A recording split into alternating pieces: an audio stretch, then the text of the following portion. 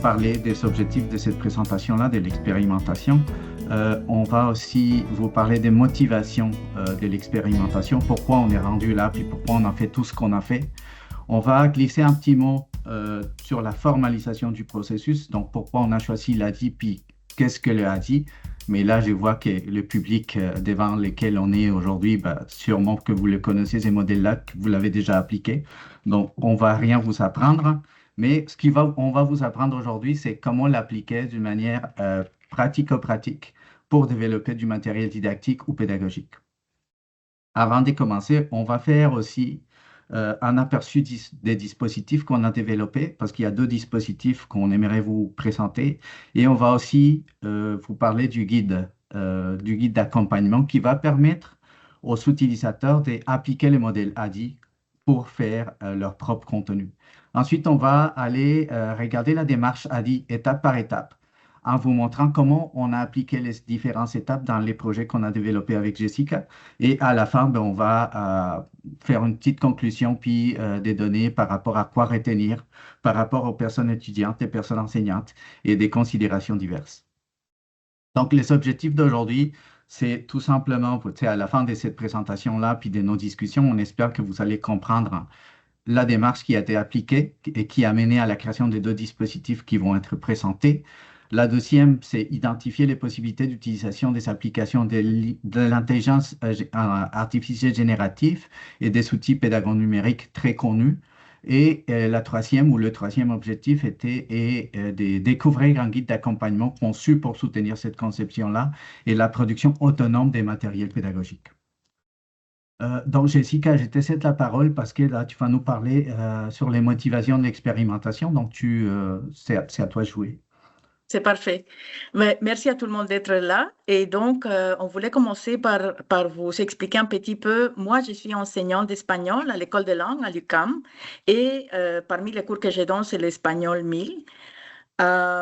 Donc, disons, dans le cadre de ces cours-là, il y a des activités pédagogiques d'exploration sur la culture hispanophone et spécifiquement des visites en présentiel, d'exposition et d'autres types d'activités. Vous allez comprendre tout de suite que la logistique est un peu compliquée et donc je me tourne vers les carrefours de la pédagogie et de l'innovation universitaire où Pablo travaille parce qu'ils font notre soutien pédagogique et technopédagogique. Donc, pour présenter ces petits défis et trouver une solution. Donc, je parlais tout à l'heure des défis. Et vous pouvez imaginer dans des visites présentielles, la planification de ce type d'activités, des visites au musée est assez complexe. D'abord, je dois considérer la participation et la disponibilité des personnes étudiantes. Il faut que je respecte leur horaire court, il faut que je puisse faire ça dans les heures attitrées au cours. Donc, ça, c'est difficile. Il y a aussi des points de vue thématiques, peu d'expositions qui traitent des sujets ciblés qui peuvent être intégrés au cursus. Donc, ça, c'est une autre difficulté. Les présentations en langue d'apprentissage exposent souvent à des niveaux linguistiques trop élevés pour les étudiants. Donc, il faut pallier ou il faut trouver des ressources qui vont compenser ça. Et de l'autre côté, les présentations en espagnol sont souvent destinées à un public hispanophone, donc avec peu de ressources pour les non-hispanophones. Finalement, l'accès au contenu, et ça c'est une des difficultés la plus commune, la plus difficile, c'est que ça se limite à une seule visite en présentiel et ça prive les absents de l'expérience complète. Donc, de point de vue plus graphique, voici le modèle ADI, donc composé de 5 étapes qui vont se voir reflétées dans nos 2 projets et dans les guides d'accompagnement. Donc, analyse, le design, le développement, l'implémentation et enfin l'évaluation. Pour le premier dispositif, donc les musées virtuels d'art, je vais ici vous montrer une fiche qu'on a créée comme pour organiser un peu les idées. Et le contexte, donc, c'est, comme je disais tout à l'heure dans les cours d'espagnol, étant donné que les visites réelles sont compliquées et le niveau linguistique est élevé, Donc, on avait aussi des problèmes de droits d'auteur et aussi, un gros plus, c'est varier les matériels didactiques. Donc, on a décidé de monter à la pièce l'exposition fictive créée avec l'intelligence artificielle, où il y aurait des personnages, où il y aurait des œuvres et aussi une narration adaptée. C'est une toute petite vidéo d'une minute 36, donc je vais lancer maintenant ici.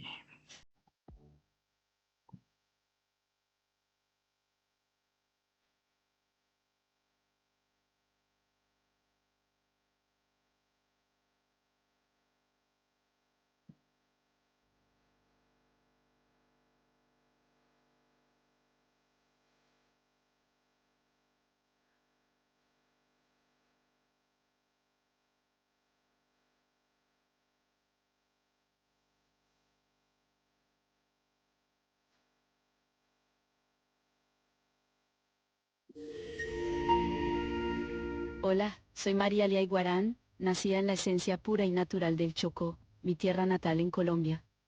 Como hija de esta región donde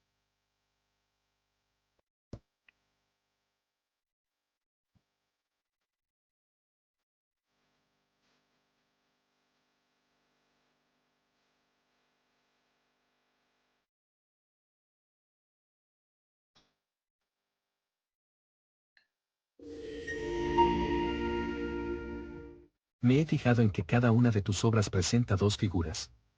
¿Cuál es la razón detrás de esta elección?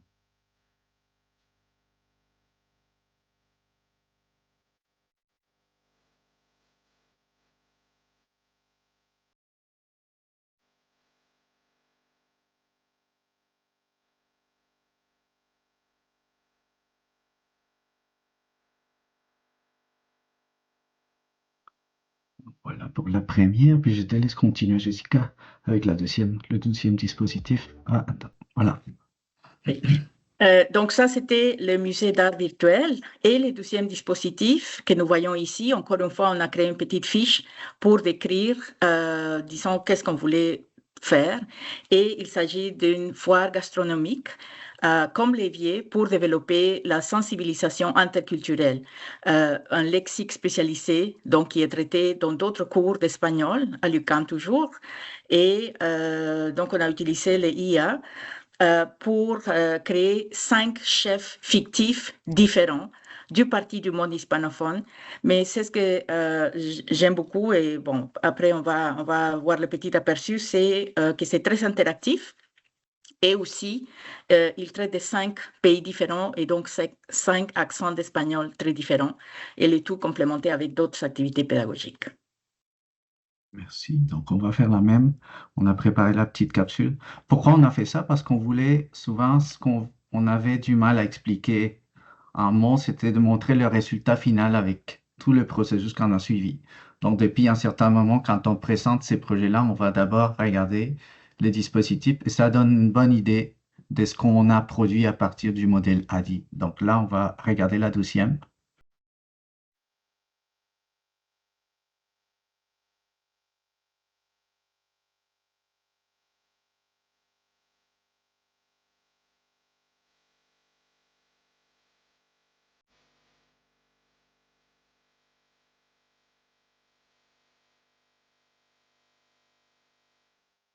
Hola, queridas y queridos amigos y amigas. Me llamo Jean-Marc Caron, soy de Quebec, y seré su animador en esta feria gastronómica. Me apasiona la cultura y la comida de los países hispanohablantes.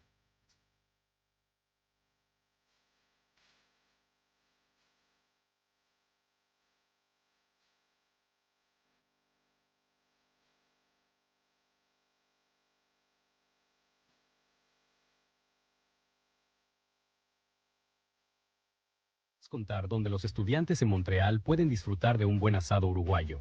Hola Jean-Marc. En Montreal no es tan común, pero si quieren buena carne para asado, chorizo, achuras, yerba, malta, dulce de leche, empanadas y todo lo necesario para preparar un rico asado, les recomiendo visitar la carnicería San Viator en Montreal.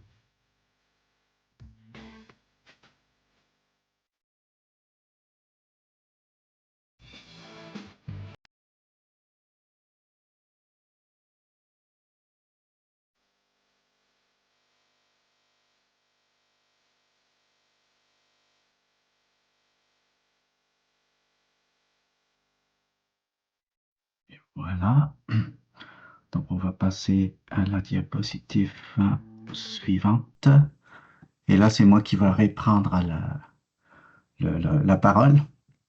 Je voulais Merci. juste vous expliquer, merci Jessica, vous Mhm. expliquer peut-être, vous voyez les deux visites. Bah, disons que la partie la plus intéressante visuellement, c'est les visites virtuelles. Donc la deuxième, c'est fait avec Geniali, vous avez sûrement reconnu. Et puis la première, c'était du H5P. Et dans ces deux visites-là, ne sont pas la totalité du dispositif, en fait. Ça, c'est juste une partie de ces dispositifs-là. Et vous l'avez peut-être vu, les visites sont accompagnées aussi par des guides des navigations, des guides de réalisation des activités. Le premier, disons que c'est le premier projet qu'on avait réalisé, c'était la visite dans le musée d'art. Elle était moins, le dispositif était plus simple. Donc, on avait un guide, on avait la visite, puis ensuite, on avait un formulaire de rétroaction. La deuxième qu'on a produit, et celle-ci est plus complète. Donc, il y a un guide, il y a aussi une évaluation orale, une évaluation écrite, il y a un glossaire qui est inclus dans Moodle aussi. Donc, elle est beaucoup plus complète. Puis, c'est sûr qu'il y a un peu plus de contenu du point de vue de ce que Jessica mentionnait tout à l'heure, les accents et tout ça. Donc, il y a quand même une plus grande variété. Euh, Entre tout ça, en développant ces projets-là, notre idée depuis le début, c'était de rendre autonomes les personnes enseignantes. Donc, que ça soit Jessica pour la première visite, mais on a travaillé beaucoup en collaboration, de manière, disons on a tout le temps travaillé ensemble, mais c'était moi qui prenais la partie de développement, de création de contenu surtout.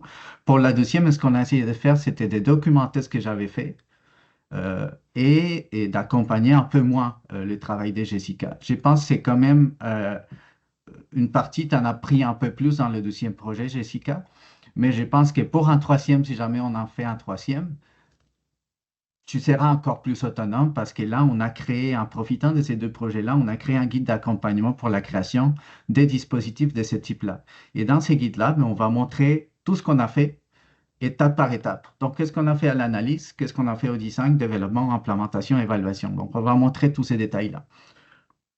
Le guide qu'on a créé, il a pour objectif quoi? Ben, faciliter la création de contenus pédagogiques interactifs de manière autonome en utilisant des solutions IA génératives. Mais nous, on utilisait ChatGPT, DALI, quand ça s'appelait DALI, VoiceOver Maker pour faire nos voix.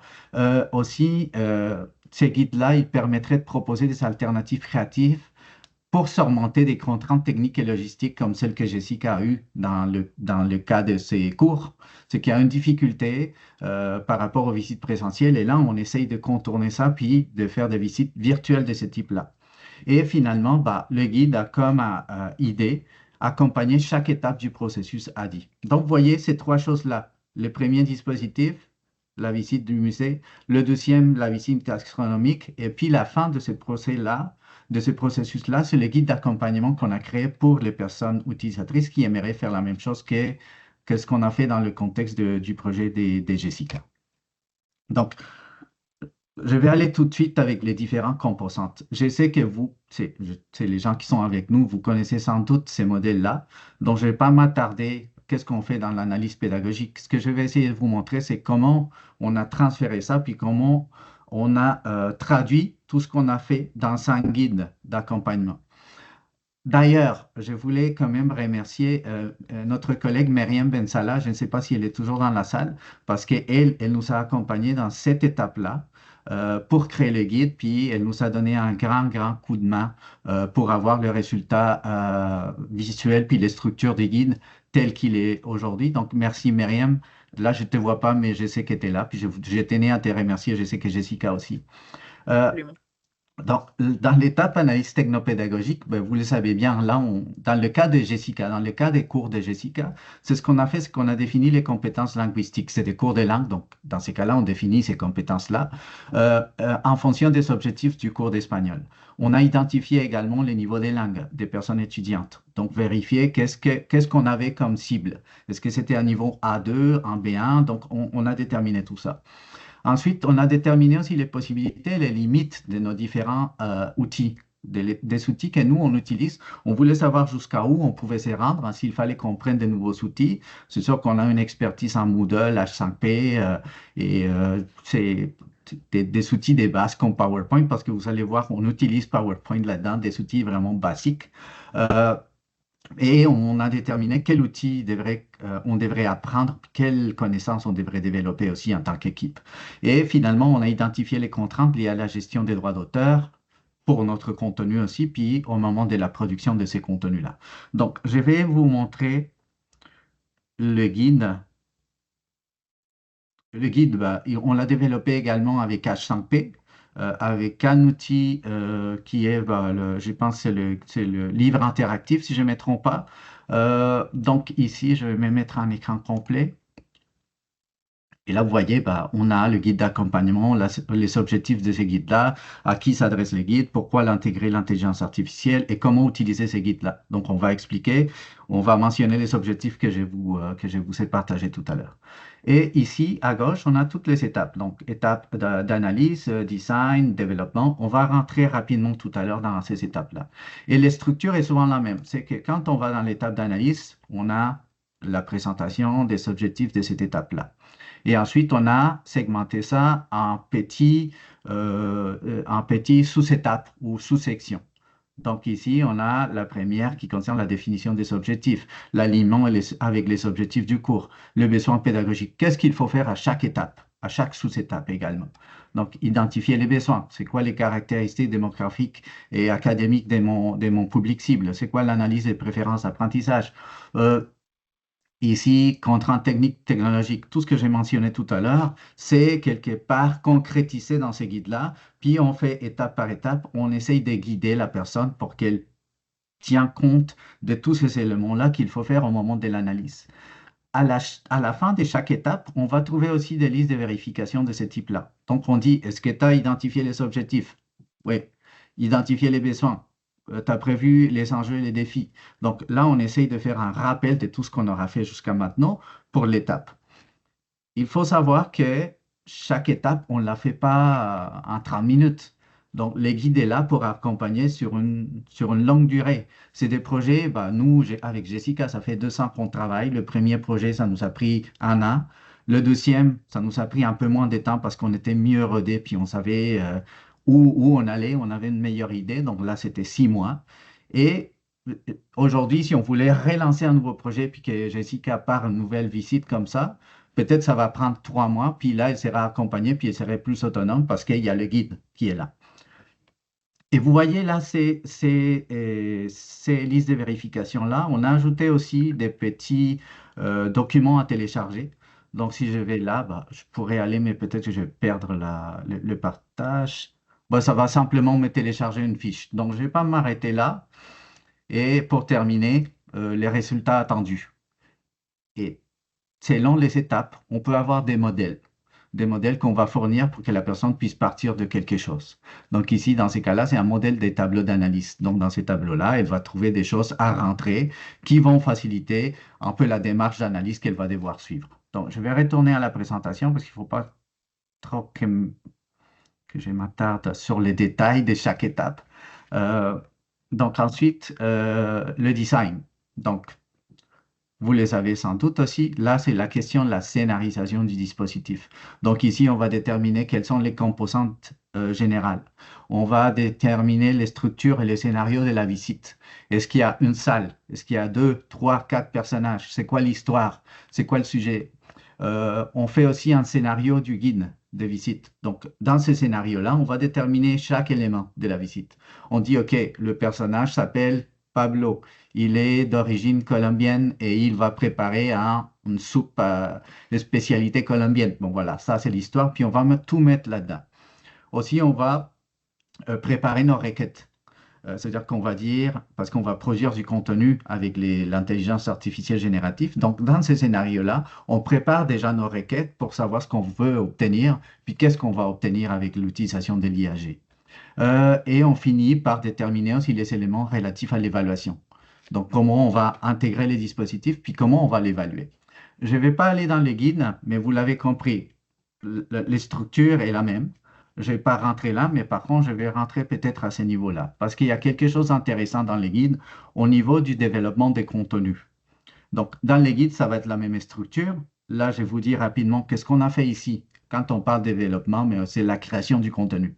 Donc, on a créé des textes. Vous l'avez vu dans les visites, il y a du texte. Donc, on a utilisé ChatGPT pour créer nos textes en espagnol. Après, évidemment, il y a une révision puis un ajustement de la part de Jessica pour s'assurer que le niveau est correct puis que le contenu est vraiment pertinent et cohérent. Ensuite, on a créé des images. Donc ça, des images, les œuvres, le personnage. Dans le cas de la visite gastronomique, on a créé les personnages. On est allé faire des petites photos des différents plats. Donc, on crée les images avec DALL-E. Ben, dans ces cas-là, c'est l'outil de ChatGPT au moment qu'on l'a fait pour obtenir des images cohérentes avec le récit, l'histoire. Ensuite, on va créer des narrations et des dialogues automatisés. Ça, vous l'avez entendu, il y a des voix automatisées, oui, mais dans ces systèmes-là, VoiceOver Maker, on est capable d'avoir des accents. Donc, on est capable quand même d'aller chercher des différences et des petites nuances qu'une oreille entraînée à l'espagnol peut détecter. Donc, on sait que c'est des vrais accents. Ça fait automatique, mais c'est des vrais accents. Donc, on est capable de l'écouter. Après, on a fait des simulations de podcasts. Vous l'avez vu dans les petites vidéos qu'on vous a montrées. Puis, dans cette partie-là, on vous montre aussi comment créer et intégrer une section, un prototype initial, que ce soit avec H5P, avec Geniali, avec Moodle et Panopto. Donc ici, je vais retourner rapidement dans le guide. J'espère que je ne suis pas perdu.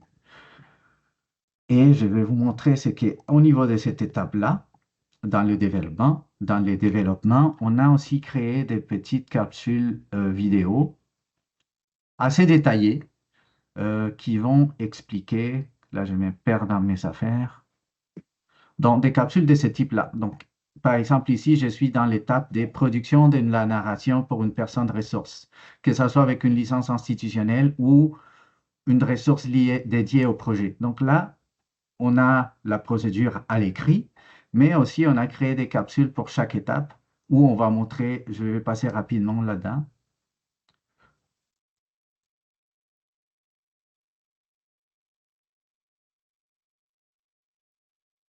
Donc ici, on voit la création des narrations. Et là, on va expliquer tout ce qu'il faut faire pour arriver à obtenir des narrations avec les systèmes que nous, on a utilisés. On explique si bien comment se prendre pour remplir les scénarios, comment réutiliser les contenus qui sont dans les scénarios pour les transférer dans les systèmes d'intelligence artificielle. On dit aussi comment parler, par exemple, si jamais il y a quelqu'un qui va intégrer le contenu pour nous, comment parler à cette personne-là, puis quelle consigne lui donner. Donc, c'est vraiment détaillé. Et vous voyez, il y a différentes recommandations, des conseils d'utilisation, puis là, on fait tout le parcours pour être capable de sortir à la fin, dans ces cas-là, des voix vraies automatisées, mais avec le contenu qu'on cherche. Donc, voilà. Et chaque étape a la même structure. Je vois, Jessica, je te vois. Donc, je vais arrêter On va accélérer ici. parce qu'on est vers la fin. Oui, c'est bon. Et OK. Donc, ça, c'est ça qu'on voulait vous montrer. Ici, par implémentation, je ne vais pas m'arrêter pas plus que ça là. On intègre le contenu, on met ça dans Moodle, que ce soit des Geniali ou des H5P, on le fait rentrer là-dedans. On s'assure que tout est fonctionnel. On détermine un peu les structures de notre Moodle, on place les affaires à la bonne place, puis on va donner quand même des consignes précises. Et ce qui est important ici, c'est qu'une fois que c'est implémenté, Jessica va quand même faire le travail d'expliquer aux étudiants de comment l'utiliser, puis comment faire la visite. On finit Voilà. par l'évaluation du dispositif très rapidement. On fait des enquêtes de satisfaction, on vérifie nos performances techniques, puis on fait l'amélioration continue pour le futur cohorte, puis pour améliorer les produits. Je te donne la parole là, Jessica, tu m'as mis de la pression là. Voilà. Non. Donc, quoi retenir pour synthétiser tout ça? Disons que pour la personne étudiante, ils ont vraiment apprécié la possibilité de faire plusieurs visites, d'avoir l'accès à limité. L'enrichissement de contenu linguistique et culturel, vous aurez pu le deviner, c'est très riche, les matériels créés, des contenus variables et qui sont plus dynamiques et qui modernisent l'enseignement de l'espagnol et l'apprentissage, évidemment.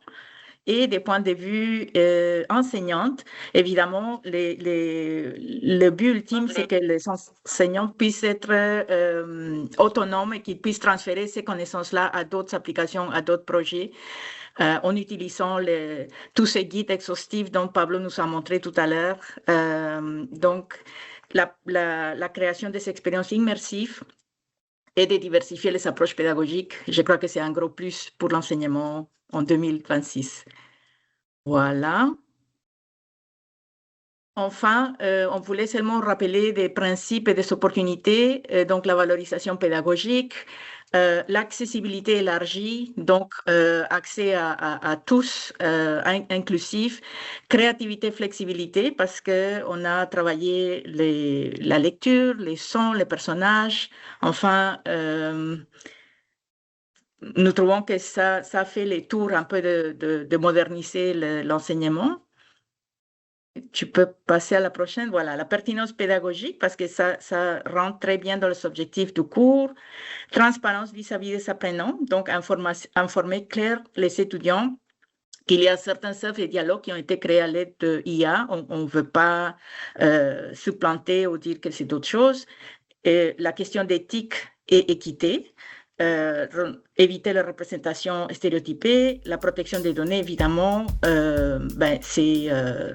c'est le Carrefour qui est responsable et Moodle pour respecter les bonnes pratiques et la protection des données des étudiants. Je crois qu'on arrive à la fin. Voilà, donc merci beaucoup. On est allé un peu vite, mais on espère que vous avez compris et apprécié notre présentation.